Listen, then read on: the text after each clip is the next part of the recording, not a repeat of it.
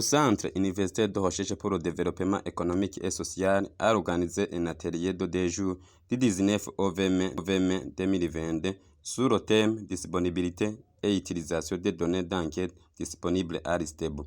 Gilbert Nyongabo, directeur de ce centre, explique l'objectif principal de cet atelier. Nous voulons faire ce travail, c'est la publication, on va dire appuyée par la recherche. Alors aujourd'hui, nous avons invité les experts de l'ISTEBO. En fait, l'ISTEBO a sorti l'année passée la base de données qu'on a appelée enquête intégrée des conditions de ménage au Burundi. Alors, il y a beaucoup de modules dans cette enquête et aujourd'hui, nous avons choisi principalement 3 modules. Le module de consommation, où est déterminé le seuil de pauvreté et le nombre de pauvres. Le module emploi, où on peut voir ceux qui sont au chômage, qui sont sous-employés. Et puis le module agriculture et élevage, où on peut voir l'étendue et puis la production agricole. Le nombre de calories qu'un adulte a besoin pour survivre pendant une journée. Donc ce montant permet de constater que par exemple au Burundi, avec les données qu'ils ont, ça ce sont des données d'enquête qui datent de 2019-2020, on constate qu'en fait il y a 51% de gens qui sont pauvres avec ce seuil.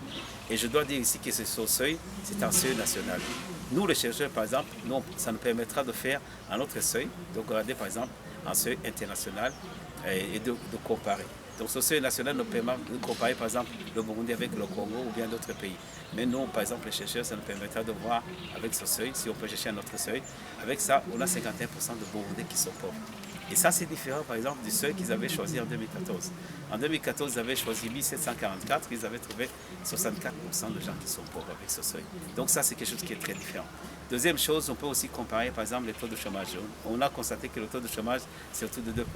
Et que c'est un phénomène qui est plus élevé, plus de 10% dans le milieu urbain, que ça ne concerne pas le milieu rural.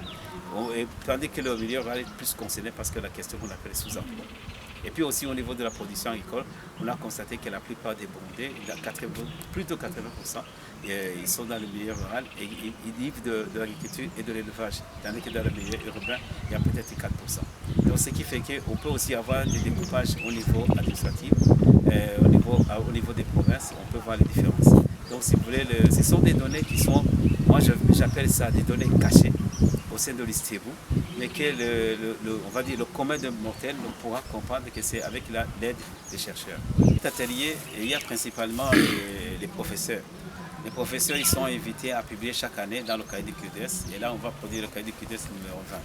Mais on sait que les chercheurs, on va dire les professeurs seuls, ne peuvent pas manipuler tous ces chiffres. Mais on a besoin aussi des étudiants de haut niveau. C'est-à-dire que comme les étudiants de baccalauréat ne manipulent les chiffres pour faire leur mémoire et qu'ils ne font pas de mémoire, donc il n'y a que les étudiants de master qui peuvent utiliser ces chiffres. Les étudiants de master sont obligés de produire leur mémoire de master. Et là, ils ont besoin de données. Souvent, d'ailleurs, par exemple, actuellement, on utilise des données internationales. Et là, on a la base de données vraiment qui est riche avec plus de 22 modules. Donc, ils peuvent utiliser ces données thématiques pour leur mémoire. Et puis aussi, troisièmement, on peut faire des combinaisons parce que peut-être parmi ces étudiants de master, ça viendra aussi des gens qui vont faire le doctorat. Donc si vous voulez, c'est pour qu'ils puissent vraiment mettre à la disposition du public ces données qui sont des données quand même très fouillées, très costauds.